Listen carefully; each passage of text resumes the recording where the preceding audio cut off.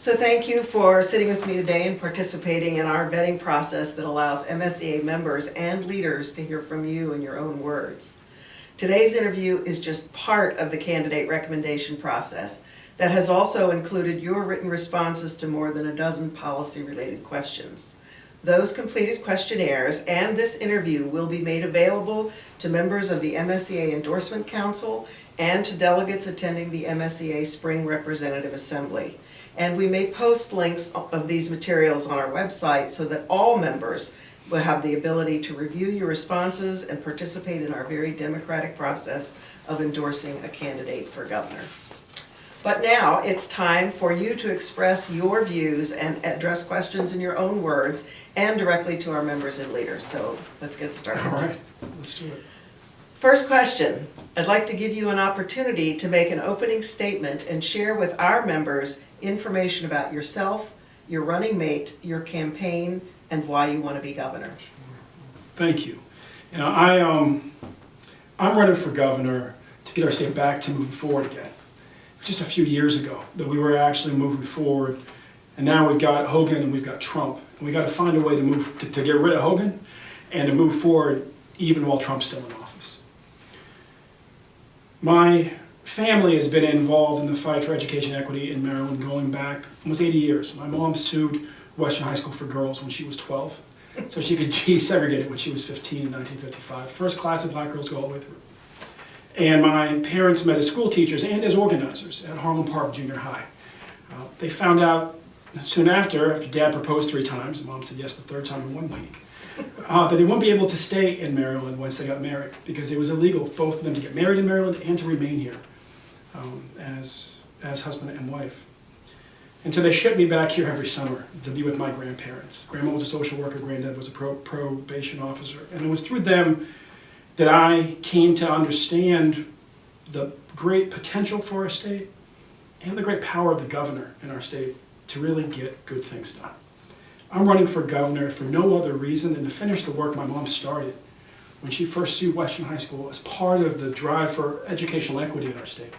We have to fully fund our schools, and we have to finally find out what happens when every child in the state can get a good education, when we restore being a teacher and an educator to a first-class profession. We know that throughout the world, the countries that lead the world in educational outcomes, while they may have very different styles of training children, they all do one thing, which is to make sure that being an educator is a first-class profession. And we will do that when I'm governor. My running mate, Susie Turnbull, is a great force. She was head of the Maryland Party back in 2010 when we turned out 125,000 more Democrats than showed up in 2014. She's the only woman to have led 2 national Jewish groups, and she's also was vice chair of the DNC with Howard Dean back when we had a 50-state strategy. I chose Susie because she, like me, has spent her life pulling people together to get big things done and managing things well. And as governor, I'll be focused on ensuring that we fully fund our schools, we finally end this $2 billion of underfunding, we make sure that the casino money, the lottery money, those promises are kept, but we go further because we know that we have to go further. The Kerwin Commission has said as much. Making sure that everybody in the state has health care. Making sure that we end the era of massive student debt, and we do so, we pay for it in part by ending the era of mass incarceration. We can move Maryland forward, but it means we all have to come together to get it done, and Susie and I are building the movement to get that done. Thank you. In your opinion, what does it mean to be the education governor? You know, for me, it really does come back to finishing the work that the NAACP and the NEA and the AFT all started together in this state decades ago. When my mom was young and my grandma was organizing with Juanita Mitchell, and we believed that it was just within grasp that every child could get a great education. It means making sure that we keep the promise that the casino money and the lottery money will actually be used for the purposes for which it was intended. And it means that we fundamentally lift up every educator so that they can really do their job. It's one of the reasons why healthcare for all for me is so important.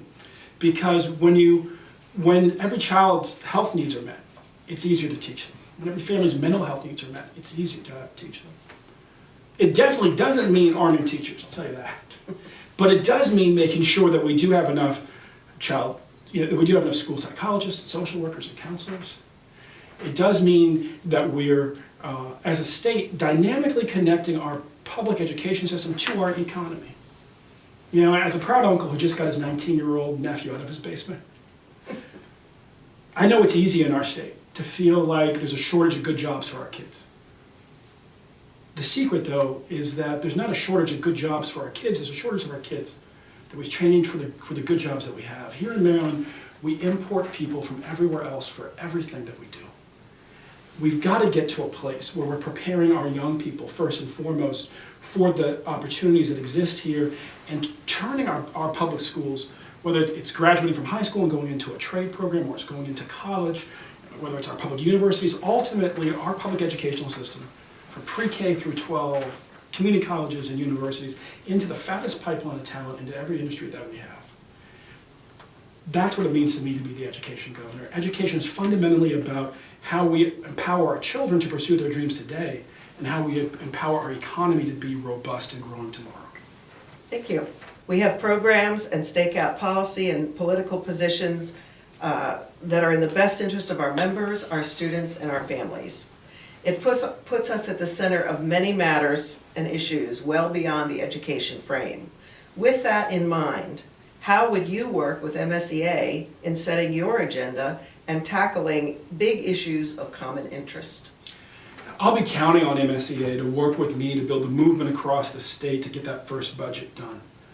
We've got to get back to a place where the working families of our state are actually setting the agenda here in the state capitol. I was trained as a young organizer. I was taught you don't elect politicians to make change happen. So you never give up your power. You elect politicians to make it a little easier for your organization, your union, your civil rights group to make change happen, your neighborhood, your community to make change happen. And that's the contract that I'll have with the people of the state, that I'm here to help you get the change made that all of our families need. And if there's any organization greater than MSEA in actually fusing all those interests together. So I look forward to working together on building consensus to get on that first budget, on passing landmark legislation, like making sure that everybody in the state has health care, on our appointments to the State Board of Education. I would like to see an educator as the Secretary of Education. And who better? Who better to guide our state in how to educate all of our kids than somebody who's actually done the job? Okay, thank you. And our last question. Any campaign has a range of policy proposals well beyond education. Yeah. If you become governor, the question will then be, which proposals become priorities in your budget and implementation timeline? What priority will fully funding the Kirwan Commission recommendations be for you? It's right at the top of my agenda. I mean, day one, we're gonna craft a budget that zeroes out the voucher program. We should have no new vouchers going out. It's just, why are we taking money out of our public budget and putting it into private schools? We need to be fully funding our schools. That's part of a drumbeat towards that first budget, where we fully fund our schools.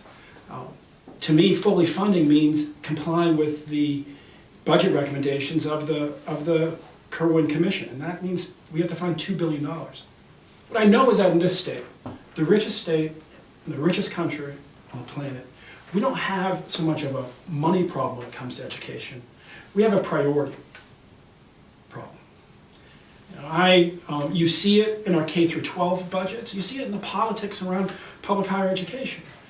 Our K through 12 budgets, I've sat with folks they're real experts in the budgets, not the politicians who kind of train and pretend to be the experts. The folks actually do the hard work. They're very clear. The money's always been there. I mean, you look at the casino and the lottery money, that's more than 40% of what we need, and it's right there. but the will. And what makes me different is I was trained as a CEO in the real world. I've been a CEO of a nonprofit or the partner in a small business since I was 26 years old. And when you're trained in the real world as a CEO, you're taught if you don't make tough decisions about the budget with love, you could lose everything. So you learn how to do it well and do it often. When you're taught as a politician, the incentives are all misaligned. You're told, oh, if you go make that tough conversation, you could lose your job. Susie and I are both really clear. We're here, me as a parent of kids in the public schools, both my kids are in public schools in our state. Susie is someone who raised her kids in our public schools and now has grandkids headed towards them. If we do nothing else, we will make sure that we fully fund education. We finish what Thurgood Marshall started, what Juanita Mitchell started, what my mom helped start. Because there's no better way for us to unleash our children's ability to pursue their dreams today or to ensure a robust economy tomorrow than to fully fund education in our state. Thank you. That's all the time we have for today's interview, so I want to thank you very much for participating in our endorsement process. I look forward to seeing you in Ellicott City in a few weeks, and I want to wish you well on the campaign trail. Thank you, Betty. It's a You're real pleasure. welcome.